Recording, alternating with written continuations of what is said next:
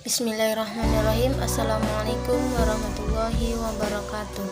Perkenalkan, nama saya Abni Nora, NIM 1830111041 dari kelompok 1, akan menyampaikan materi tentang membaca dan memahami isi kandungan surat Al-As ayat 1-3, Al-Quran surat 103. Bismillahirrahmanirrahim.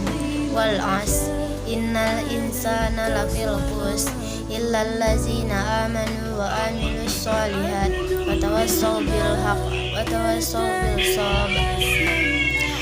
Demi masa, sesungguhnya manusia itu benar-benar dalam kerugian, kecuali orang-orang yang beriman dan mengerjakan amal soleh dan saling menasihati supaya menati kebenaran dan menasihati supaya menepati kesabaran.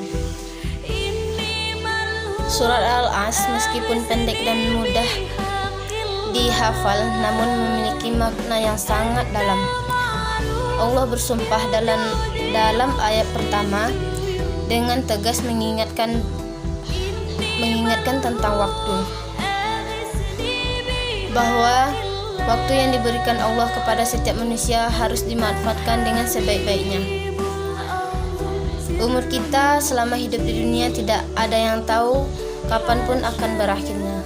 Ada yang panjang, ada yang umur panjang, tetapi ada pula yang berumur pendek. Namun yang pasti, umur adalah nikmat yang sangat besar yang diberikan Allah kepada manusia. Selanjutnya, Allah mengingatkan kepada manusia bahwa siapa saja yang tidak bisa memanfaatkan waktu, maka akan sangat merugi, kecuali mereka yang beriman dan yang beramal soleh. Seseorang yang saling menasihati dalam kebenaran dan orang yang saling menasihati dalam kesabaran. Dengan demikian, waktu kita selama dunia hanyalah sementara, yang harus kita manfaatkan dengan semaksimalnya. Sebab sebaik-baiknya manusia adalah orang yang bermanfaat bagi orang lain. Adapun kandungan yang dapat diambil dari surat Al-As ayat 1-3 yang pertama, yaitu pada ayat pertama Allah memulai dengan sumpah, sebagaimana ketika manusia bersumpah atas nama Allah, maka Allah bersumpah atas nama makhluknya. Hal tersebut disebabkan tidak ada selain Dia kecuali makhluknya, dan sumpah Allah di masa ini menunjukkan bahwa waktu itu sangat penting, sehingga Allah bersumpah dengannya. Sebagaimana sumpah manusia untuk meyakinkan seseorang akan kebenaran, maka Allah pun meyakinkan manusia akan pentingnya sebuah waktu bagi manusia. Pada ayat kedua, sesungguhnya manusia benar-benar dalam kerugian, menunjukkan bahwa manusia banyak yang merugi.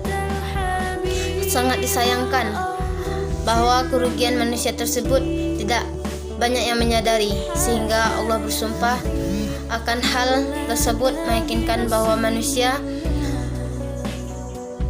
mereka sungguh berada dalam kerugian. Kerugian apa yang dialami manusia? Mereka yang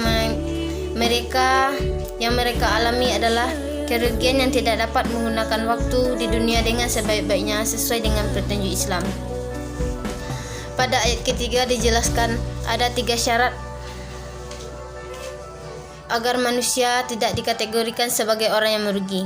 Yang pertama yaitu beriman, yang kedua mengerjakan amal soleh, dan yang ketiga saling menasihati dalam kebenaran dan kesabaran. Iman adalah syarat pertama manusia sebelum syarat yang lainnya.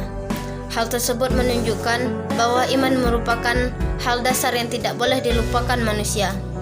Keimanan sangat dipengaruhi pada kehidupan setiap manusia. Siapapun yang memiliki iman yang kuat, ia akan dapat mengamalkan dalam kehidupan kesehariannya. Sehingga jika iman sudah di dalam hati, maka tidak mungkin manusia melupakan amal soleh dan kebaikan, yaitu seluruh perbuatan yang tidak melanggar norma-norma ajaran agama Islam. Adapun hikmah yang dapat kita ambil dari surat ini yaitu yang pertama, manusia selalu dalam rugi jika hanya sukses dalam hal dunia dan tidak dibarengi dalam amaliyah untuk menuju akhirat. Yang kedua, kehidupan manusia mempunyai dua tanggung jawab. Yang pertama, tanggung jawab pribadi, dan yang kedua, tanggung jawab sosial. Tanggung jawab pribadi dilihat dari keimanan yang kokoh dan beramal soleh, sedangkan tanggung jawab sosial dilihat dari saling menasihati antar sesama agar selalu berada di jalan yang benar dan sabar menghadapi problematika kehidupan.